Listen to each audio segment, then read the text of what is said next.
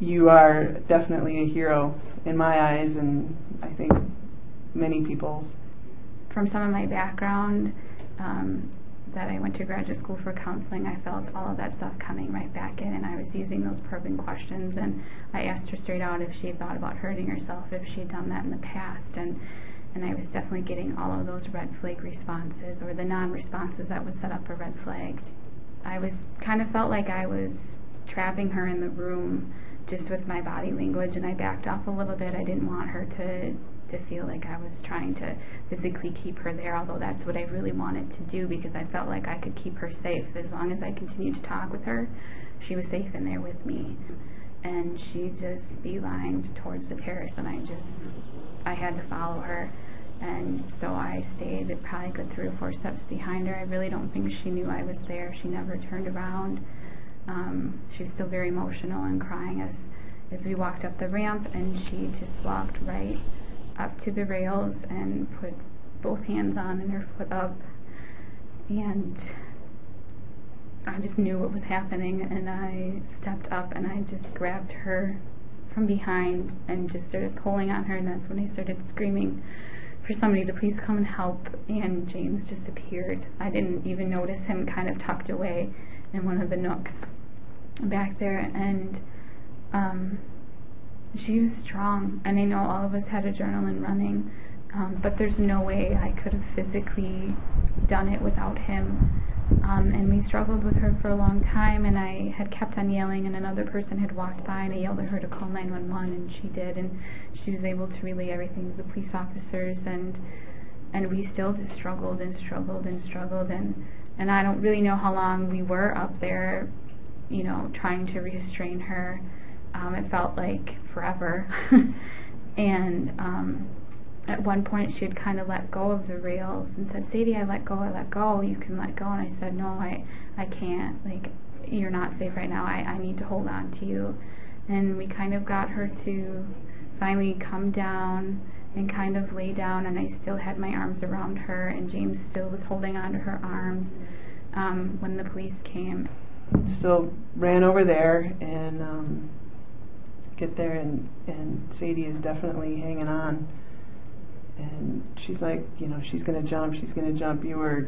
But you were holding her in a really, I mean, it was holding her down, yeah, but in a really good, positive way. You know, she was really trying to be comforting and helpful for her.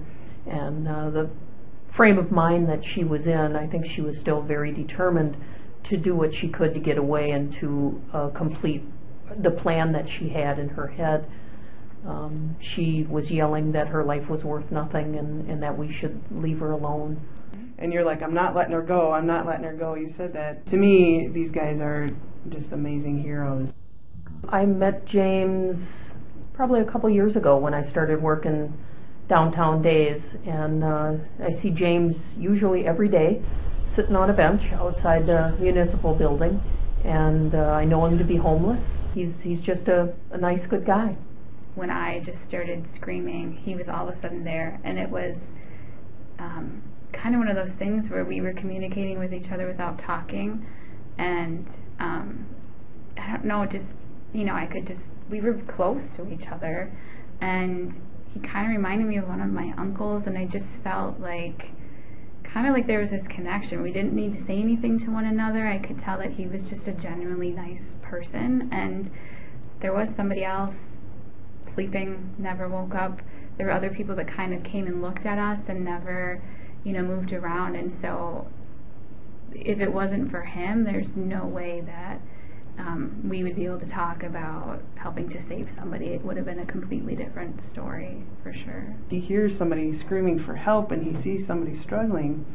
I mean, he acts, you know, and it's all, that's something that comes from deep inside, and that tells you that he's a really good person, and you can take away the fact that he's homeless and struggles, but, you know, he was willing to set all that aside and come and help save a life and be a hero. Later, when we got her to a safe place where she could be treated, she seemed to have everything unfold and was coming I think, back to a better place.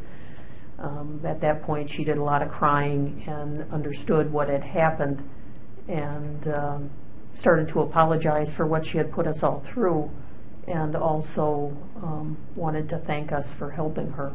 And she extended an invitation to James and Sadie to come down and visit her if they wanted to. I'm just thankful that it turned out the way that it did, and that James was there, and that the person was there to call 911, and the police officers were there, and that, you know, we got to the end result that was best. A lot of times in today's world, people want to run away or not get involved in situations, and in this case we had a couple of people that went above and beyond what an average person would do to save a stranger.